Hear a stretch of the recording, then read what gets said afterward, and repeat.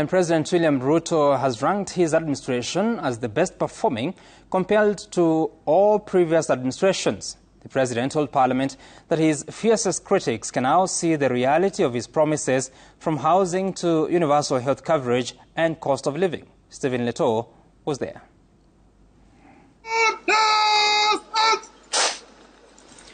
President William Ruto's third State of the Nation address was filled with self-assessment, with the head of state telling the bicameral parliament that his administration has so far proved critics wrong. 3 years ago, when we said we would deliver affordable housing, the cynics dismissed it.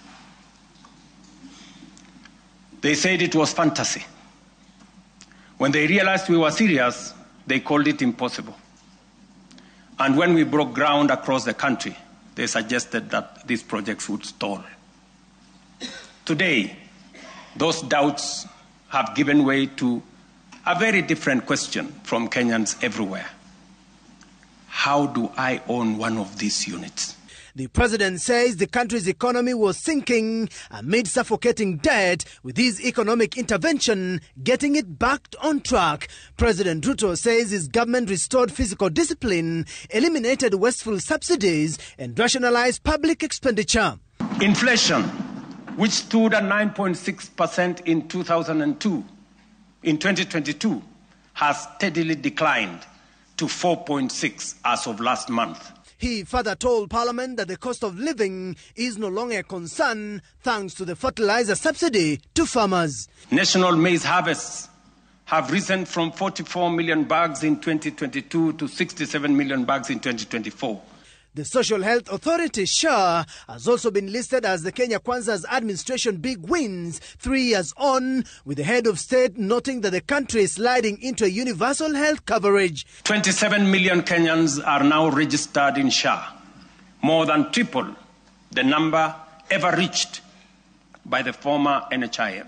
The president said the government is paying premiums for 2.3 million vulnerable Kenyans, including orphans, widows, the elderly, and those without income. For President Ruto, his administration has gone big in funding the education sector.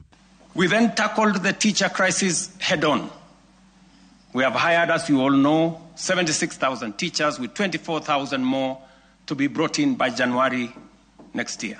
Other than youth employment in the climate works, President Ruto says 276 modern markets are taking shape across the country, providing vital spaces for women and MSMEs, with another 175 underway.